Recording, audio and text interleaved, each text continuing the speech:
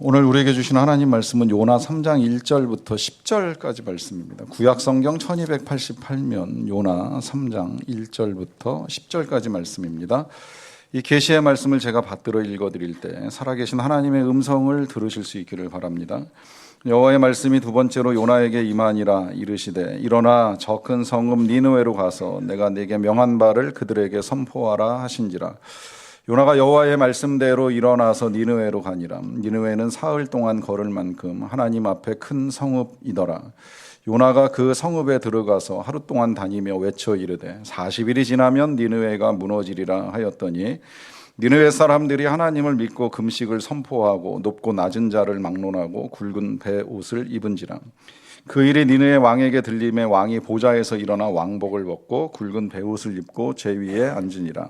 왕과 그의 대신들이 조서를 내려 니느웨에 선포하여 이르되 사람이나 짐승이나 소떼나 양떼나 아무것도 입에 대지 말지니 곧 먹지도 말 것이요 물도 마시지 말 것이며 사람이든지 짐승이든지 다 굵은 베옷을 입을 것이요 힘써 하나님께 부르짖을 것이며 각기 악한 길과 손으로 행한 강포에서 떠날 것이라. 하나님의 뜻을 돌이키시고 그 진노를 그치사 우리를 멸망하지 않게 하시리라. 그렇지 않을 줄을 누가 알겠느냐 한지라. 하나님이 그들이 행한 것 곧 그 악한 길에서 돌이켜 떠난 것을 보시고 하나님이 뜻을 돌이키사 그들에게 내리리라고 말씀하신 재앙을 내리지 아니하시니라. 아멘. 수능 시험일이 4일 남았습니다. 우리 수험생들이나 또 부모님들 많이 긴장하실 거라고 생각을 합니다. 또 다시 시험 보면 더 긴장이 클 거라고 여겨지는데요. 한번 실패를 경험하고 다시 도전해서 준비하고 시험을 치르는 건 어려운 일이라고 생각을 합니다. 어느 집사님께서 그러시더라고요. 긴 시간 동안 열심히 준비했는데 그 성패가 하루아침에 결정나는 것이 좀 어렵다 하는 생각을 가지시고 계신 이야기를 들었습니다. 어떻게 보면 그야말로 이 하루 시험 잘 보느냐에 따라 성공하는 것일 수도 있고 실패하는 것일 수도 있다 이렇게 생각이 되는데 또 한편으로 뒤집어서 생각을 해보면 수능에 성공했다고 인생 전체가 성공한 것이 아닐 수도 있고 수능에 실패했다고 해서 또 그것이 인생 전체를 망치는 건 아닐 것이다라고 하는 생각을 합니다. 왜냐하면 어떤 결과가 나오든지 간에 분명히 우리 하나님께서 사랑하시는 그 자녀를 향한 분명한 계획이 있고 또 선하게 인도하실 것이라고 믿기 때문입니다. 중요한 건 그 하나님의 인도하심을 따라 계속 다시 도전하거나 또 인생을 이제 만들어가는 일들이 필요하다라고 하는 것이지요. 실패하기로 따지면 저는 예수님의 제자들도 다 실패를 경험했다는 생각을 합니다. 왜냐하면 십자가 앞에서 그들은 다 예수님을 팔아버리거나 또 부인하거나 떠나는 일들이 있었기 때문입니다. 그런데 제자들 가운데 이제 다른 삶의 모습을 보여주는 두 제자를 아실 겁니다. 한 사람은 가룟인 유다인데 그는 예수님을 팔아버리는 일을 하고 난 다음에 이게 잘못된 줄을 알고 뉘우치기는 했는데 그냥 그것으로 이제 인생을 끝내기로 결정을 해버렸어요. 참 안타까운 일입니다. 반대로 예수님을 3번 모른다고 강하게 부인하는 일은 있었지만 베드로는 다시 예수님을 만나고 그로부터 새로운 인생을 삽니다. 예수님과 함께 그 이전과는 전혀 비교할 수 없는 아주 훌륭하고 멋진 인생을 펼쳐가는 것을 성경 속에서 우리가 볼 수 있습니다. 누구라도 실패는 있을 수 있다는 거예요. 문제는 그 실패 이후에 이제 우리가 어떻게 인생을 만들어가느냐 하는 것이 훨씬 더 중요한 일이라고 하겠는데요. 우리가 지금 이제 계속해서 보고 있는 이 요나도 어떻게 보면 이제 실패한 인생입니다. 그가 하나님을 떠남으로 말미암아 그는 죽을 뻔한 위기를 넘겼습니다. 중요한 건 이제 그 위기 이후에 그가 어떤 삶을 사느냐라고 하는 것을 우리가 봐야 되는데요.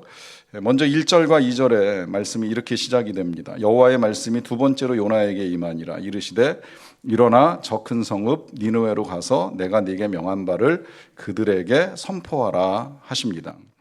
하나님의 말씀이 두 번째 임했습니다. 하나님께서 요나에게 두 번째 기회를 주셨다는 거예요. 그 뒤에 이어지는 말씀, 너 일어나서 저 큰 성읍 니느웨로 가서 명한 것을 선포하라는 이 말씀은 처음 우리가 요나서 1장을 열 때에 읽었던 말씀하고 거의 비슷해요. 그 부분을 제가 다시 한번 읽어드리면 여호와의 말씀이 아미떼 아들 요나에게 임하니라. 이르시되 너는 일어나 저 큰 성읍 니느웨로 가서 그것을 향하여 외치라 그래요. 들어보시면 비슷하잖아요. 일어나라는 거예요. 그리고 가라는 거예요. 그리고 선포하라, 외치라 하면서 하나님의 말씀을 전하라고 명하십니다. 이것은 요나에게 우리 하나님께서 기회를 주시는 거예요. 요나에게뿐만이 아니라 어떻게 보면 이제 니느웨에도 기회를 주시는 거예요. 이 요나가 가야지 니느웨가 다시 하나님의 은혜를 받을 수 있는 기회가 열리기 때문에 하나님은 요나를 가라고 명하시는 겁니다. 그러니까 하나님은 누구에게나 기회를 다시 주신다는 거예요. 요나에게나 니느웨에게나 아니면 우리들에게나. 우리가 한 번 실패했다고 버림받는 인생이 아니라 한 번 아니라 여러 번 실패를 한다고 하더라도 다시 살 수 있는 길을 여시는 우리 하나님이시라고 하는 겁니다. 그런데 때로 우리의 인생이 이제 너무 큰 어려움을 겪게 되면 그런 생각을 미처 하지 못할 때가 있어요. 예를 들면 이 요나와 같이 풍랑을 만나거나 물고기 뱃속에 들어가면 진짜 앞이 캄캄하고 아무것도 보이지 않다 보니까 이렇게 끝나는 것인가? 더 이상은 기회가 없는 것인가 하는 좌절과 절망이 우리의 삶에 찾아 들어올 때도 있습니다. 여러분, 그때도 절대 잊지 마셔야 될 건 하나님이 포기하지 아니하시는데 우리가 먼저 포기할 필요는 없다는 거예요. 아니, 내가 내 인생을 단정적으로 먼저 포기해서 이것이 끝이다라고 생각할 필요도 없다라고 하는 것입니다. 저는 성장하면서 한동안 재수없는 삶을 살아왔어요. 재수없다는 건 재수를 해본 적이 없다는 재수없는 이야기입니다. 대학교 들어갈 때나 신대원 들어갈 때나 한 번도 재수하지 않고 쉽게 갔어요. 카투샤 시험은 한 번 보고 떨어진 다음에 다시 안 봤기 때문에 재수가 없었고요. 그 다음에 그렇게 입사 시험도 뭐 재수하지 않고 그냥 한 번에 이제 두 회사 취업해서 한 회사 골라가지고 가는 일까지 했는데 자꾸 들으면 재수 없죠. 이제 재수 있는 이야기를 할게요. 면허 시험 볼 때 수없이 재수했습니다.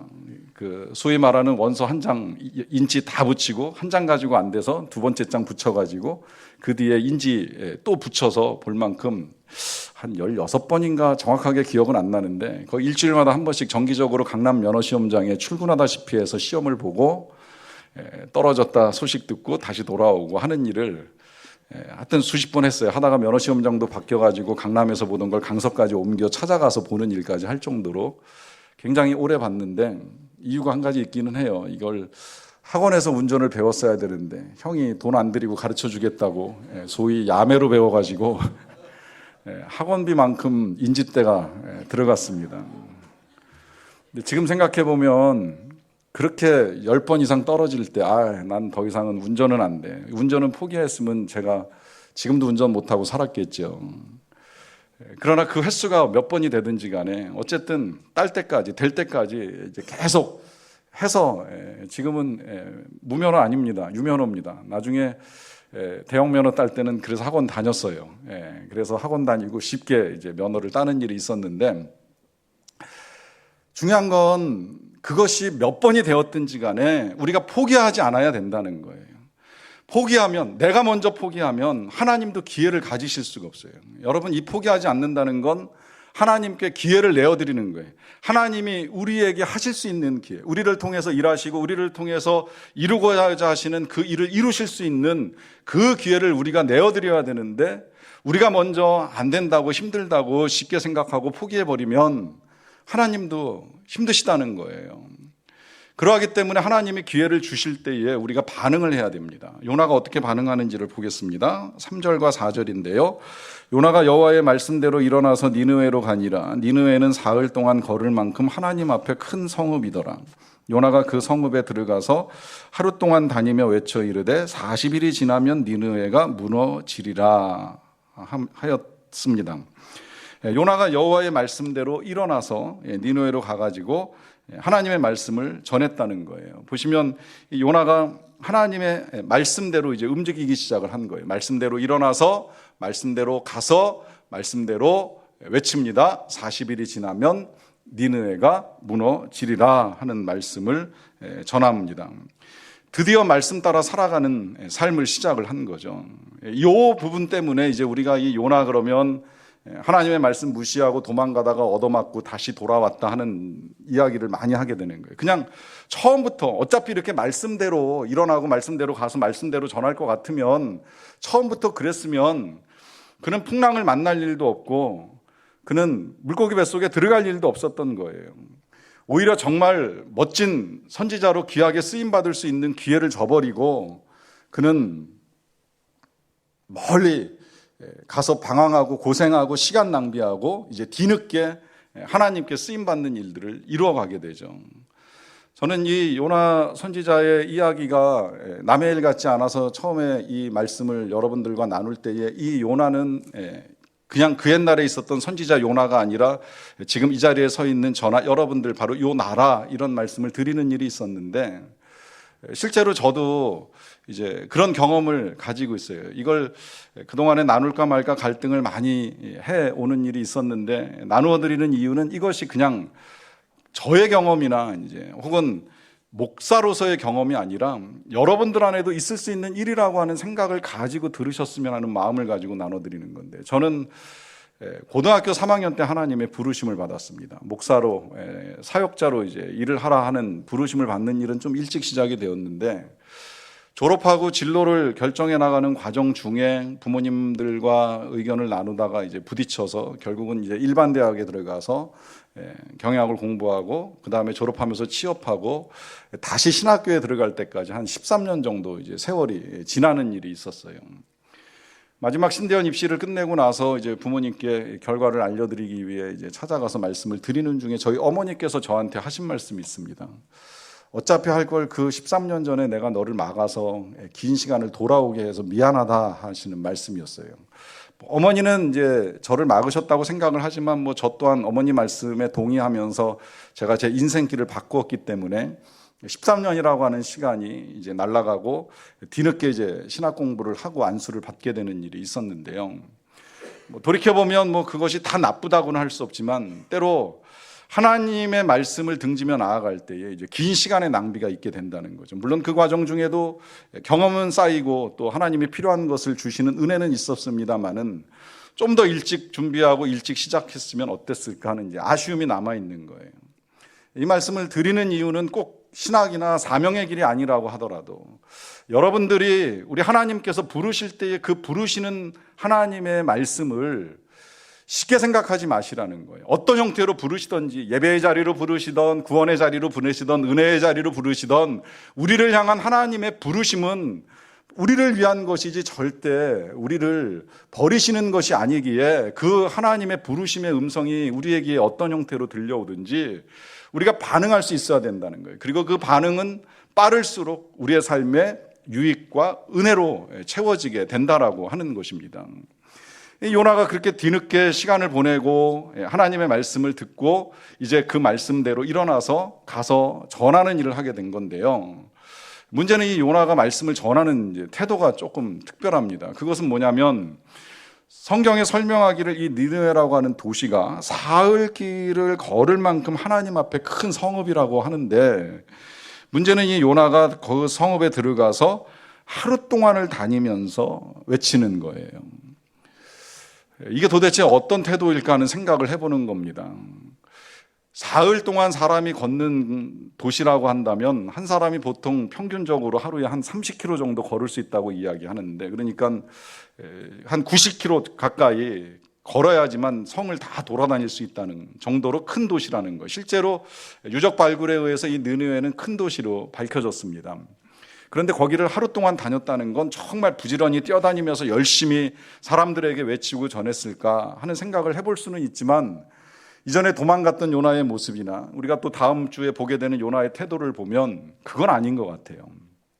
오히려 그냥 건성건성 성의 없이 대충 다니면서 사람들이 듣거나 아니 듣거나 쉽게 사역을 빨리 진행해 나갔을 것이라고 이제 보는 겁니다. 또 그렇게 볼 수 있는 이유는 뭐냐면 요나가 지금 하나님의 말씀을 전하는 중에 이렇게 말하잖아요. 40일이 지나면 니느웨가 무너지리라. 원래 여기서 말씀이 끝나면 안 돼요. 니느웨가 무너질 수도 있으니 회개하고 하나님을 찾으라. 여기까지 나아가야 되는 거예요. 그런데 요나가 그걸 원하지 않는 거예요. 요나는 처음에 하나님의 말씀을 등지고 떠난 이유가 이 느느웨가 구원받는 걸 원치 않아요. 회개하고 하나님의 은혜를 받는 걸 바라지 않는 거예요. 그들이 망하는 걸 원해요. 그들이 무너져야 돼요. 그러다 보니까 딱 이렇게만 선포하는 거예요. 너넨 무너질 것이다. 40일만 지나면 너넨 끝이다. 그 말씀을 열정과 애정을 가지고 전했다고 보긴 굉장히 어려운 거죠. 그렇게 보는 데에는 인간의 속성도 반영이 되는데요. 여러분, 이 요나가 성의 있게 하나님의 말씀을 전한 것 같지 않다고 보는 이유는 뭐냐면, 우리 사람이 생각보다 그렇게 쉽게 변하지 않잖아요. 어떤 한 사람이 회심을 하고 달라지기로 결정을 했을 때에 저 같으면 제 경험에 따라 그렇게 쉽게 변하지 않는다는 걸 여러 차례 깨달았습니다.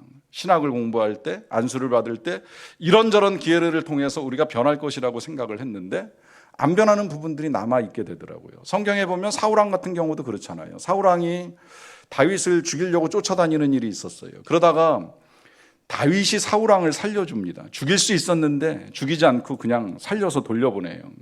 그때 사울왕이 보였던 반응은 눈물을 흘리면서 내가 잘못했다. 네가 나를 선대하는데 나는 너를 악하게 대했다라고 하는 사실을 깨닫습니다. 그러고 나면 달라져야 될 것 같은데요. 그 뒤에 이야기를 읽어나가다 보면 이 사울왕이 또 다윗을 죽일 기회를 찾습니다. 그만큼 우리는 잘 안 변한다는 이야기예요. 그러니까 요나가 물고기 뱃속에 들어가서 회개하면서 하나님 살려주시면 니느웨로 갈게요 말씀은 드렸지만, 그러나 그의 변화가 완전하게 일어났다고 보기는 어렵습니다. 또 그렇게 보는 이유 중에 한 가지는 뭐냐면, 이건 우리가요 선한 일을 하는 중에도 얼마든지 악해질 수 있다라고 하는 모습을 보기 때문입니다. 저는 지금도 제가 맡고 있는 이 사역을 귀하게 생각을 합니다. 목회는 참 감사한 일이고 또 여러분들도 이 일을 선하고 귀하게 여겨주신다고 생각을 합니다. 그렇기 때문에 저를 존중해 주시기도 하시고 섬겨주시기도 하시는데, 그러나 이와 같은 귀한 사역을 감당해 나감에 있어서 모든 목회자가 다 선하지는 않잖아요. 때때로 우리 귀에 들려오는 소식들 가운데는 이 좋지 않은 목회자들의 소식들을 들으면서 이 선한 일을 하는 사람들이 악해질 수 있다는 걸 실제로 보게 되는 일이 있어요. 근데 이건 뭐 목회자에게서만 나타나는 일이 아니라 성도들 안에서도 우리가 봉사하고 섬기고 교회를 위해서 수고하는 일들을 하던 중에도 때로 우리를 서로 간에 시험 들게 하고 마음 어렵게 만드는 일들을 볼 때가 있는 거예요. 그러니까 선한 일을 한다고 해서 사람이 다 선한 건 아닐 수 있다는 거예요. 저는 특히 이 일이 선교나 구제할 때, 선교나 전도할 때 이제 보게 되는 일들이 있었는데요. 어찌되었건 전도나 선교는 가장 선하고 귀한 일 중에 하나입니다. 우리 하나님이 이 말씀 전체를 묶어가지고 어떻게 계명을 지켜야 되느냐라고 하셨을 때 가르쳐 주신 건 하나님을 사랑하고 이웃을 사랑하면 된다고 하셨잖아요. 어떻게 하나님을 사랑하고 이웃을 사랑하는지를 잘 모르겠으면 딱 하나만 하시면 돼요. 전도하시면 되고 선교하시면 됩니다. 왜냐하면 이건 하나님이 가장 기뻐하시는 일이고 사람을 살려내는 가장 귀한 일이잖아요. 전도하러 나가든지 선교지에 나가든지 뭐 그것이 장기든 단기든 지속적이든 이례적이든 어쨌든 전도와 선교는 우리 하나님이 춤추신다고 말할 만큼 하나님께 기쁨을 드리고 우리로서는 가장 선한 일을 하는 거예요. 그런데 이 일을 하는 중에도 악이 틈탈 수 있다는 거예요. 우리가 악할 수 있다는 거예요. 실제 선교지에 가면요, 때로 우리가 선교하면서 나눠주는 것들을 받는 사람들의 태도가 우리의 마음에 맞지 않을 때가 있어요. 예를 들어 뭐 하나를 이렇게 나눠줘도요, 그거를 질서 있게 받았으면 좋겠는데 막 아우성을 치면서 몰려드는 일도 있지요. 또 그거 나눠주다 보면 받고서 숨겨두고 안 받았다고 거짓말하고 뻔히 받는데도 불구하고 그냥 숨겨놓고 안 받았다 그러고요. 거기다가 또 이 한 사람한테 좀 알아서 나눠주라고 하면 그 사람이 자기 거부터 왕창 챙겨가지고 남들은 나눠주지도 않는 일도 보는 일도 있고요. 이제 그런 일들을 이렇게 보다 보면 선교하는 중에 마음에 시험이 찾아오는 거예요. 그리고 악한 마음이 생기는 거죠. 그 민족을 멸시하거나 무시하는 미움이 찾아 들어오기 시작을 합니다. 선교라고 하는 선한 일을 하는 중에 우리의 마음속에 악이 틈탈 수 있다는 거예요. 요나가 지금 그런 상황에 빠진 거예요. 하나님의 말씀에 따라 니느웨라고 하는 선교지에 가서 하나님의 말씀을 전하는 선교를 하는데 그 마음속에는 이 민족이 진짜 무너졌으면, 멸망했으면 하는 마음이 그냥 남아있는 거예요. 그러다 보니까 40일이 지나면 니느웨가 무너지리라. 여기까지만 전하고 더 이상 말을 안 해요. 그런데 이런 요나의 태도를 보면 그런 의문도 있을 수 있어요. 그럴 것 같으면 왜 갔을까? 왜 우리가 나쁜 마음을 가지고 봉사를 하는가? 차라리 그런 마음 같으면 안 하는 게 낫지 않은가? 여러분, 이것도 좋은 생각은 아닙니다. 그런 나쁜 마음을 가지고 섬길 것 같으면 차라리 안 하는 게 낫겠다라고 하는 것이 옳은 생각은 아니라고 하는 것입니다. 왜냐하면 귀향에 섬기는 가운데 우리는 끊임없이 우리의 동기를 재점검할 필요는 분명히 가지고 있습니다만은, 그러나 때로 우리가 나쁜 동기를 가지고 섬기는 중에도요, 하나님의 역사는 분명히 나타난다는 거예요. 이게 교회예요. 교회는 불완전합니다. 목사도 불완전하고 성도도 불완전하고 공동체 전체가 온전한 공동체는 없습니다. 그러나 이 불완전한 공동체의 사람들이 모여가지고 예배하고 섬기는 일들 가운데 알게 모르게 하나님의 역사가 나타나고 있는 거예요. 사랑이 전해지고 복음이 전해지고 구원의 역사가 나타나고 하나님께로 돌아오는 백성들이 있기 때문에 우리의 선악에도 불구하고 하나님은 일하신다는 거죠. 그 놀라운 증거가 지금 이 요나의 삶에서 나타납니다. 그는 내면적으로는 어떤 마음을 가지고 하나님의 말씀을 전했는지는 모르겠지만요, 그가 전하는 말씀에 놀라운 결과가 나타나는 걸 볼 수가 있습니다. 5절부터 6절입니다. 니느웨 사람들이 하나님을 믿고 금식을 선포하고 높고 낮은 자를 막론하고 굵은 베옷을 입은지라. 그 일이 니느웨 왕에게 들림에 왕이 보좌에서 일어나 왕복을 벗고 굵은 베옷을 입고 제 위에 앉았습니다. 여기 보시면 이렇게 전하는 요나의 메시지를 들은 니느웨 사람들이 하나님을 믿는 역사가 나타나요. 그리고 자기들끼리 금식을 선포하고 높고 낮은 자를 막론하고 다 굵은 베옷을 입어요. 금식하고 베옷을 입는다는 건 인정한다는 사실이에요. 자신의 죄를 인정한다는 거예요. 그리고 회개한다는 애통함의 표현을 지금 겉으로 이렇게 드러내는 거예요. 근데 이 일에 왕도 함께 참여를 해요. 왕도 일어나서 함께 왕복을 벗고 베옷을 입고 제 위에 앉아서 잘못을 인정하고 나아가는 자세를 취합니다. 이게 중요한 건 뭐냐면, 이 요나가 선포하는 하나님의 말씀이 이 니느웨 전체에 들릴 때에 모든 사람이 반응을 했다는 거예요. 이 성 안에 있는 어떤 사람도 그건 나랑 상관이 없어, 남 얘기야, 잘못한 건 누구 때문이야, 그 때문에 우리 도시가 무너질지는 몰라도 나는 굳이 회개할 필요가 없어 라고 생각한 사람은 단 한 사람도 없었다는 거예요. 왕부터 시작해서 높고 낮음을 막론하고 다 이 성의 없이 전해주는 요나 선지자의 메시지를 귀담아 듣고 반응하기 시작했다는 거예요. 자신의 이야기로 들었다는 거예요. 뿐만 아니라 7절과 8절을 보시면 이런 반응도 합니다. 왕과 그의 대신들이 조소를 내려 니느웨에 선포하여 이르되 사람이나 짐승이나 소떼나 양떼나 아무것도 입에 대지 말지니 곧 먹지도 말 것이요 물도 마시지 말 것이며 사람이든지 짐승이든지 다 굵은 베옷을 입을 것이요 힘써 하나님께 부르짖을 것이며 각기 악한 길과 손으로 행한 강포에서 떠날 것이라 그래요.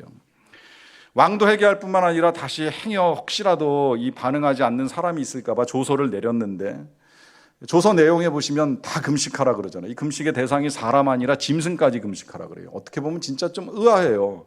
사람이야 의지적으로 뭐 음식을 안 먹을 수도 있지만 물도 안 먹게 한다, 이거 굉장히 무리한 일이 될 수 있거든요. 더군다나 어린아이들까지 참여한다고 하면 이건 더 힘든 일이고, 거기에 지금 짐승들은 못 먹으면 반응이 나오잖아요. 금방 나오잖아요. 물도 못 마시면 이 짐승들이 아우성을 칠 게 뻔한데 이 짐승들까지라도 사람들과 똑같이 금식을 해야 된다는 거예요. 거기다가 베옷까지 입혀요. 이 베옷은 사람이 입던 걸 입혔는지 아니면 새로 맞춰 입혔는지 모르겠지만 어쨌든 이 사람들 지금 먹지도 못하면서 짐승 입을 것까지 다 챙겨가지고 일일이 다 베옷을 입히면서 다 금식하고 회개하는 시간을 갖게 만듭니다.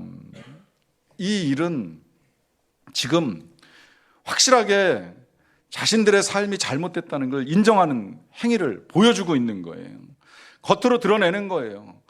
정말 우리가 무너질 수도 있다는 사실을 인정하면서 우리의 잘못을 인정하는 것을 지금 삶으로 보여주고 있는 겁니다. 그런데 그거보다도 중요한 건 뭐냐면요, 8절에 보시면 이 조서 내용 중에 이런 말을 합니다. 힘써, 중간부터 보시면 힘써 하나님께 부르짖을 것이며 각기 악한 길과 손으로 행한 강포에서 떠날 것이라 그래요.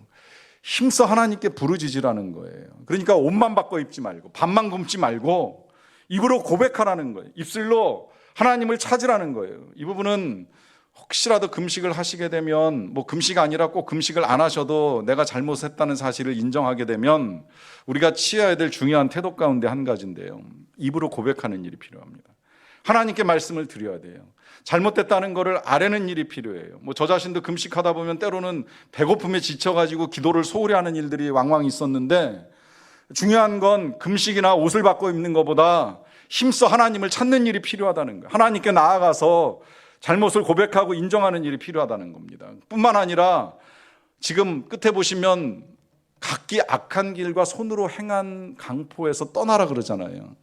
행동을 바꾸라는 거예요. 삶을 바꾸라는 거예요. 여러분이 회개라고 하는 게 회자와 개자가 다른 거 알고 계시죠?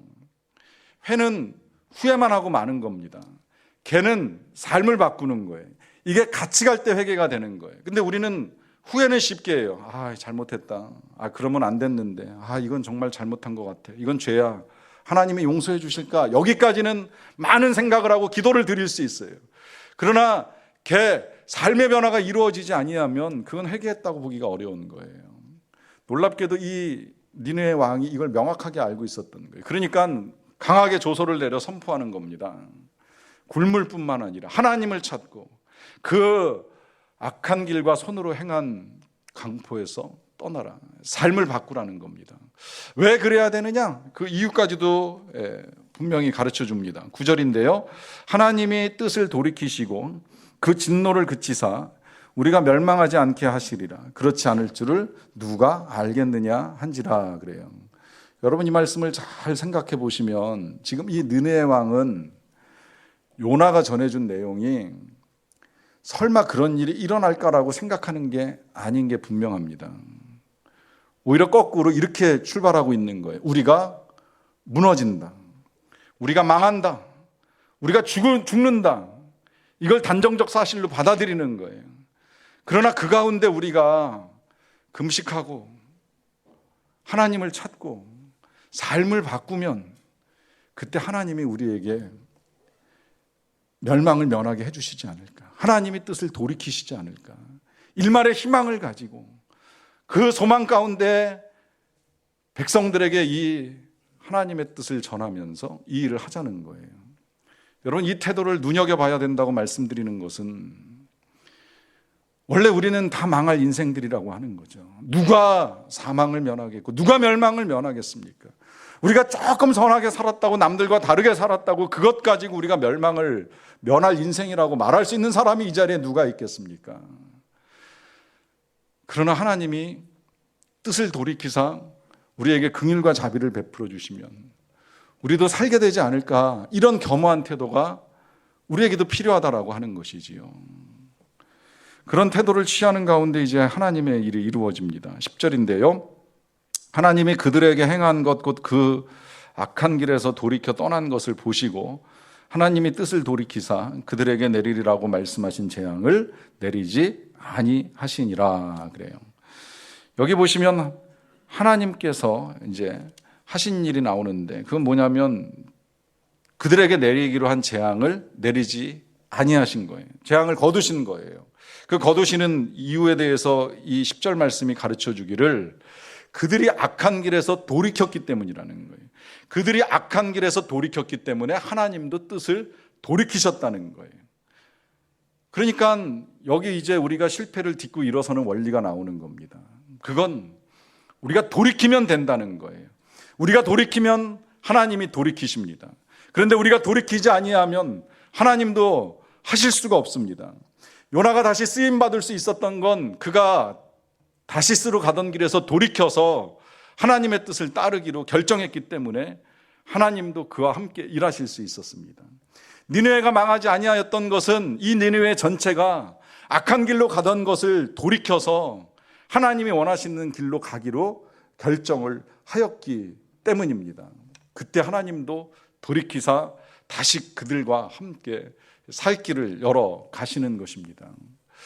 그렇게 보면 이 니느웨도요, 실패했지만 다시 살아난 민족이 되는 거예요. 적어도 이 순간만큼은 그렇습니다. 무너지고 망할 수도 있는 상황 속에서 그들은 다시 그들의 역사를 이어갈 수 있는 은혜를 누리게 되는 것이지요. 김지철 목사님께서 쓰신 사랑은 언제나 옳다는 책에 있는 한 구절 읽어드리고 마칠게요. 하나님이 우리에게 회개를 요청하시는 이유는 회개 속에 생명이 있기 때문입니다. 회개 속에 치유가 있고 회복이 있기 때문입니다. 삶이 새로워지는 것은 지은 죄가 있고 없고의 문제가 아니라 회개를 하느냐 안 하느냐의 문제입니다. 우리가 하나님 앞에 내 모습을 그대로 아뢰면 그때부터 회복이 일어납니다. 그때부터 생명의 역사가 일어납니다. 다시 살게 되는 일, 그것은 오직 악한 길에서 돌이키는 것입니다.